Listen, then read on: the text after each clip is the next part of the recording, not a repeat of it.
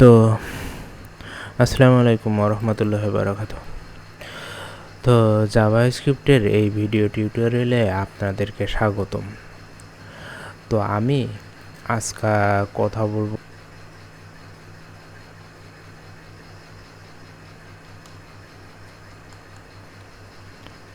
ntowindow.al ertwindow.alert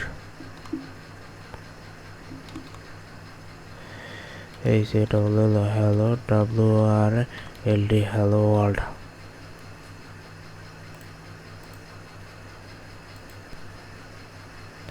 তো দেখতে পাচ্ছেন যে এখানে হ্যালো ওয়ার্ল্ড লেখাটি প্রিন্ট হয়েছে। তা আমি এখন মনে করেন যে কন্ট্রোল জেড আর মাউসটা ডিস্টার্ব করতেছে, তো তা আমি এবার যদি এখানে লিখি যে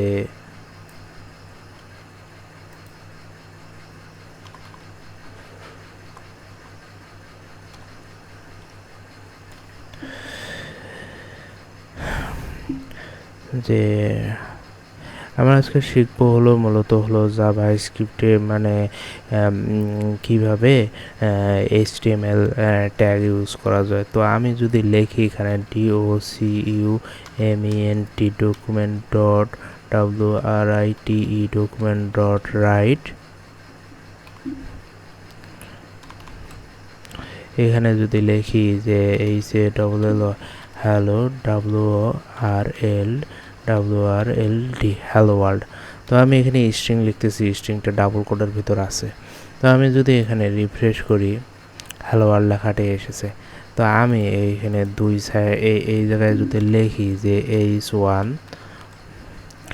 আবার এই পাশে যদি লিখি যে H1, কন্ট্রোল এস দিয়ে সেভ করতেছি। এখানে যদি রিফ্রেশ করি তো দেখতেছেন যে জাভাস্ক্রিপ্টে H1 ট্যাগটা প্রদর্শন হয়েছে, মানে হেডিং ট্যাগটা প্রদর্শন হয়েছে। এটা কিন্তু হলো ডকুমেন্ট ডট রাইট তারপর দ্বারা প্রকাশ করা হয়েছে। এখন আমি যদি মনে করেন যে এখানে লিখি যে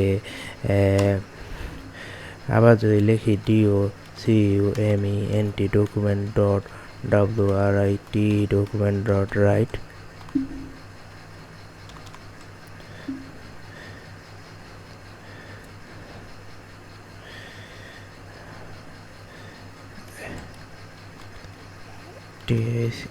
here another document another document, control S দিয়ে সেভ করলাম, এখানে রিফ্রেশ করলাম। তো দেখুন এটা কিন্তু মানে আর একটা অ্যানাদার ডকুমেন্ট ক্রিয়েট হয়ে গেছে। এখন আমি যদি মনে করেন যে আবার লিখি যে এটা যদি কপি করি, মাউসটা ডিস্টার্ব করে, তো আমি যদি এখানে কপি করি,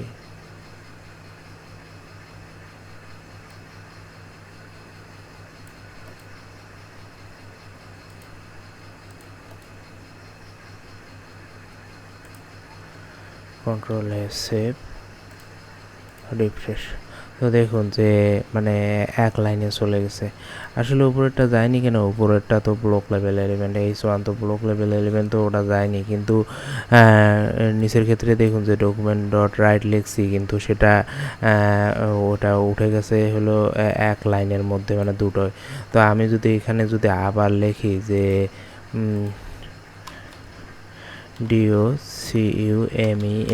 document document dot write document dot right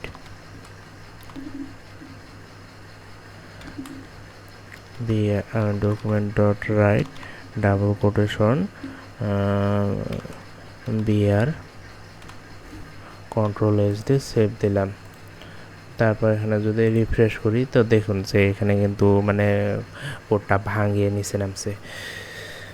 তো এই যে মানে আমি আজকে দেখাতে চেয়েছিলাম যে কীভাবে জাভাস্ক্রিপ্ট কোডের ভিতর যে আপনার হলো HTML ট্যাগ লিখতে হয়, তো আমি সেটাই দেখাইতে চাইছিলাম। তো মানে এমনটাই। আবার মনে করেন যে HTML ট্যাগ যে আছে, HTML ট্যাগের মধ্যে কিভাবে আমরা জাভাস্ক্রিপ্ট দেখাতে পারি।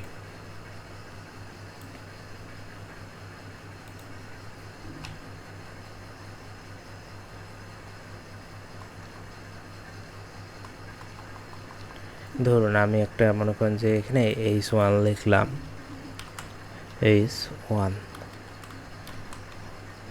H1 তো H1 লিখলাম। এখানে আমি মনে করেন যে এই H1 এর ভেতর আমি হলো মানে জাভা স্ক্রিপ্টে যা লিখবো ওই H1 এ যাতে প্রদর্শন হয়।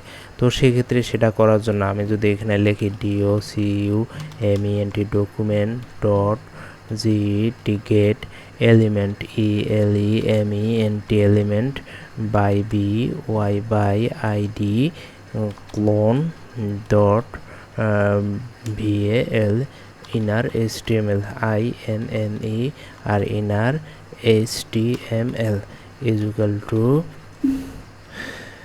HADDING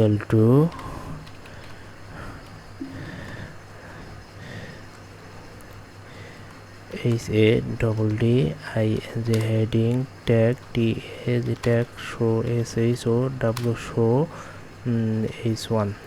তো আমি এখানে যদি এই হেডিং ট্যাগটা আছে, এই হেডিং ট্যাগের ভিতর যদি আইডি লিখে দেই, ID is equal two CG. এখন এই সিজিটাকে যদি আমি এখানে যদি এই যে আইডি আছে document dot get element by ID inner HTML, তো এই এর ভিতর যদি আমি ওই আইডিটাকে এনে লিখে দেই সিজি, তো কন্ট্রোল এস দিয়ে সেভ করি। তো এখন যদি আমি এখানে রিফ্রেশ করি তো দেখুন ওই একইভাবে শো হচ্ছে। হ্যাঁ, তো মানে আমরা এটা কিন্তু স্ক্রিপ্ট ট্যাগ লিখছি, সেই স্ক্রিপ্ট ট্যাগ থেকে এখানে শো হয়েছে। তো আমি যদি এই স্ক্রিপ্ট ট্যাগটাকে মনে করেন যে আমি এখান থেকে সরাই নিলাম, কাট করে যদি আমি এখানে এই স্ক্রিপ্ট ট্যাগের ভিতর যদি মানে পূর্বের নেই যদি এখানে src is equal to index dot js লিখি, কন্ট্রোল এস দিয়ে সেভ দেই। তো আমি এখন যদি এখানে index ডট js ফাইলটাকে ওপেন উইথ নোটপ্যাডে অন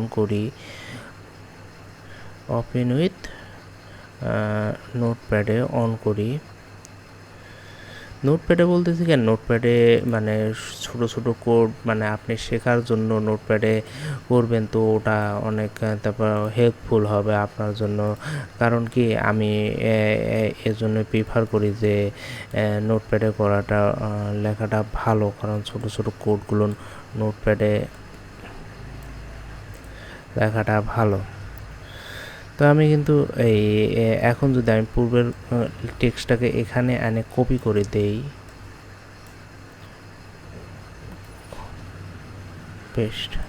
পেস্ট করে দেই, কন্ট্রোল এস দিয়ে সেভ, এখানে হলো কন্ট্রোল এস দিয়ে সেভ। এখন যদি রিফ্রেশ করি দেখুন ওই একই বিষয়টা দেখাচ্ছে। হ্যাঁ, তার মানে কি এটা মানে একটা লিঙ্ক তৈরি হয়েছে, সেই লিঙ্কের মাধ্যমে H1 আইডির মাধ্যমে এখানে হলো হেডিং ট্যাগটা প্রদর্শন হয়েছে। হ্যাঁ, তো আজকে এতটুকুই। আসসালামু আলাইকুম ওয়া রাহমাতুল্লাহি ওয়া বারাকাতুহু।